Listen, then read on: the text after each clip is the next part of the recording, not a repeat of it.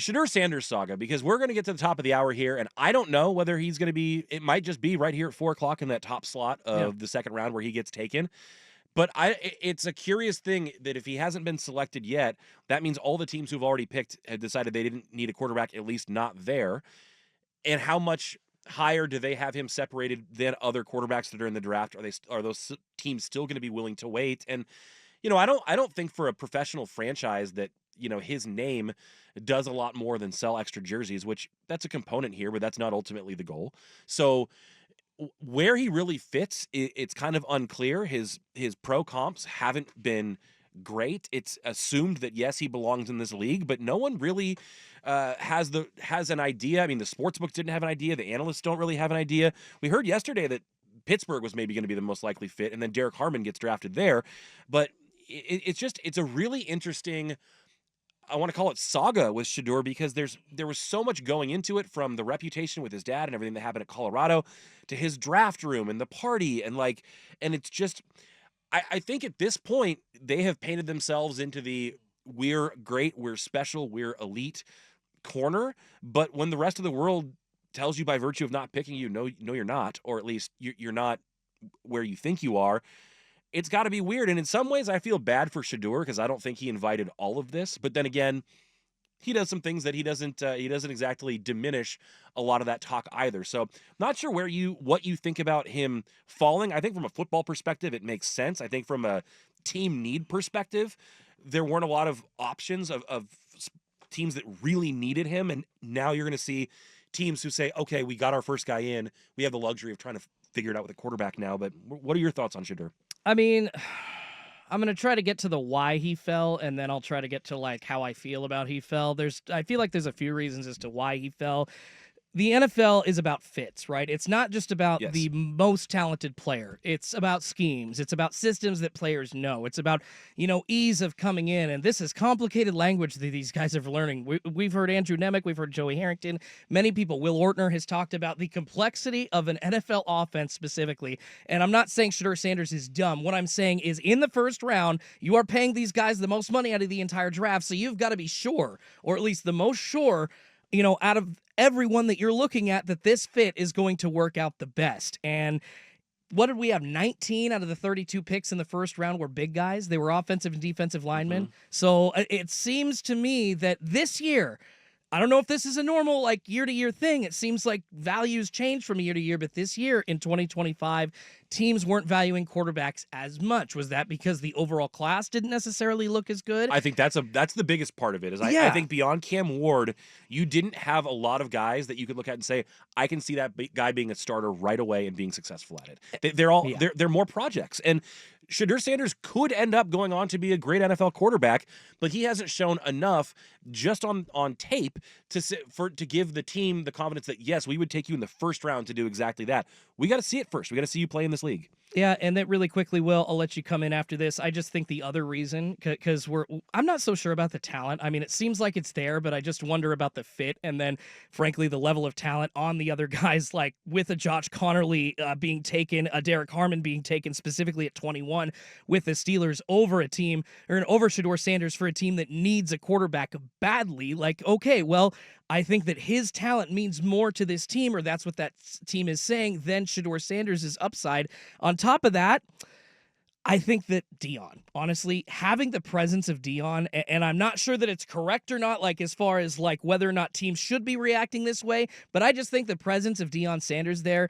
means you're not just drafting Shedeur, you're drafting Dion Sanders as well to be around your organization. And frankly, if I'm a head coach, somebody that's already been mentioned as a possible head coach in the NFL, I'm not sure I want my competition sniffing at my heels, and maybe dropping out of the first round gives the Sanders camp the expectation that, hey, you guys aren't running the show. Because remember, 2 months ago, we were hearing possibilities of Shedeur not wanting to play in New York or not wanting to play in Cleveland. Well, now I believe these teams have kind of spun around the whole narrative of, well, guess what? We've got the leverage and we don't have to deal with any of that. I think the most important thing that this shows you is that teams don't value him as a guy who's going to come in and be a starter right away. Right. Like the reason that New York traded back in to get Jackson Dart is because they want the 5th year. They can control him through that the extension that is team issued, right? And so Shedeur going into the second round now, you don't get that 5th year. So a lot of teams are not going to see him as a guy who, hey, we are going to build this offense around him and him becoming the starter. I think the other thing with him is athletically, he doesn't jump off the page. He is really accurate. Look at his completion percentage. The other issue with that, though, is a lot of those passes are at the line of scrimmage, 2 yards in front of or right behind it. He ran a lot of bubble screens. They threw a lot of smoke screens. It's not that he can't push the ball down the field, but we 100%. haven't seen him do it a lot. 100%. And he's not going to jump off the screen with his 40 time. He's not going to throw the ball, have a stronger throw power than Cam Ward. He's not going to have a stronger throw power than Jackson Dart. I think this was an interesting point that I heard listening to a couple different talking heads talking about the draft day one. It is a little bit eye-opening when you watch his training videos because who does he train with? He trains with Cam Ward. So when you're watching Cam Ward make his throws, you're then watching Shedeur make his throws right after. You think side by side's almost hurting him? A little bit, because there is a clear difference in arm strength and athleticism. The other thing, too, to remember, as good as we all think Cam Ward is, a lot of the draft analyst guys are saying that he would be around where Bo Nix was in last year's draft class. So he's like the 5th QB if he comes out last year. Right. So then that tells you that best case scenario, if Shedeur is the 3rd guy in this one, he would have been 8th last year.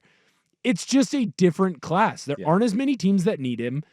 He doesn't jump off the page athletically. There is a little bit of a circus around him. And I think when you combine all these different elements, that's why he slid. It isn't necessarily this is black and white. This is the reason why he slid. It's it's not just athleticism. It's not just a pie chart of all those things. Exactly. Yeah, and I think that's true. And the other point that I think that Nemec brought up, which isn't, I don't know that it's the sticking point for why certain teams wouldn't draft him, but there are very few teams who don't feel like they have their guy right now at quarterback.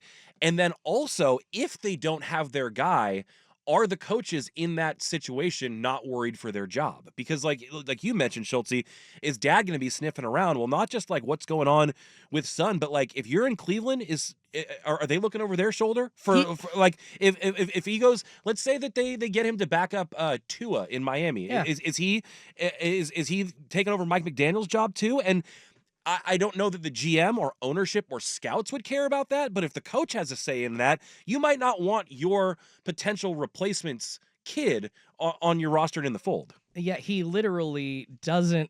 I mean, you just think about like how many teams has he been mentioned with? Like the Cowboys. Cowboys is one. Maybe Giants like is another. the Raiders was like Raiders was one. So there are multiple organizations that have literally already heard these rumblings. So there's. And on top of that, he has literally followed Shedeur from youth through college. Who can anybody name an NFL head coach or a college football coach that's been able to do that? This is an unprecedented situation. Yeah. So I think there's a lot of coaches kind of wondering. Ugh. And then you talk about fit one more time. This will be my final point.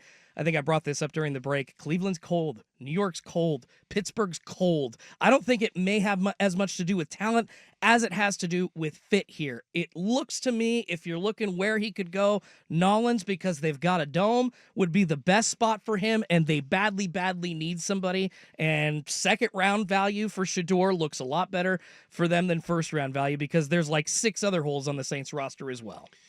Well, the armchair quarterback, or the most influential armchair quarterback in our nation, has weighed in. The president of the United States took to Truth Social this afternoon. Let's go. And said, "What is wrong with NFL owners? Are they stupid?" In all caps. Deion Sanders was a great college football player and was even greater in the NFL. He's also a very good coach, streetwise and smart.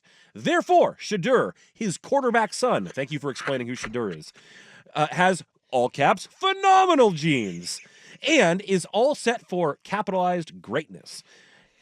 He should be, quote, picked immediately, all caps, by a team that wants to win, all caps. Good luck, Shedeur, and say hello to your wonderful father. Can I just say that I have gotten to speak to President Donald Trump on the phone and made him laugh. I'll toot my own horn there. I have concepts of a plan. He just returned the favor and made me laugh very hard. So I love thank you Tesla. so much, Don. Oh my goodness, that's funny. So, yeah, shame on all of the NFL owners who he now thinks are stupid for not drafting Shedeur. Yeah, that's where we are. Could you imagine if Obama tweeted at anybody like, "Oh, the Bears, they might not know what they're doing." God.